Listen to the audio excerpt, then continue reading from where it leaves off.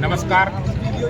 આજે કેશોદ તાલુકાના અને કેશોદ શહેરના જે પ્રમુખોની નવી વરણી થઈ છે એના અનુસંધાને અમે કેશોદ 4 ચોકની અંદર ફટાકડા ફોડી અને નવા પ્રમુખોને બંનેને આવકાર્યા છે. અમારા ગુજરાત ભારતીય જનતા પાર્ટી દ્વારા અને જિલ્લા ભારતીય જનતા પાર્ટી દ્વારા જે નિર્ણય લેવામાં આવ્યો છે, તાલુકાના પ્રમુખ તરીકે જયદીપભાઈ સોલંકી અને કેશોદ શહેરના પ્રમુખ તરીકે હિરેનભાઈ ભોરણિયાને પ્રમુખ બનાવ્યા છે, એની ટીમ ખૂબ સારી રીતે બનશે. એ બંને કાયમી માટે પ્રમુખ જે 3 વર્ષ સુધી રહેશે ત્યાં સુધી ભારતીય જનતા પાર્ટી કેશોદ એની સાથે રહી અને ભારતીય જનતા પાર્ટીને મજબૂત કરવાનું કામ કરશે. અમે ગુજરાત ભારતીય જનતા પાર્ટીના અને જૂનાગઢ ભારતીય જનતા પાર્ટીના ખૂબ આભારી છીએ કે અમને આવા યુવા પ્રમુખોને આપ્યા છે.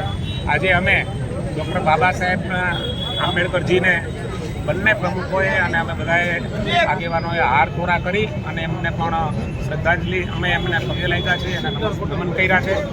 અને આજે ભારતીય જનતા પાર્ટીની અંદર જે કાર્યક્રમ હતો એની અંદર ખૂબ મોટી સંખ્યાની અંદર કેશોદમાં 4 ચોકની અંદર અમારા કાર્યકર્તાઓ રહી અને આ કાર્યક્રમને સફળ બનાવ્યો છે.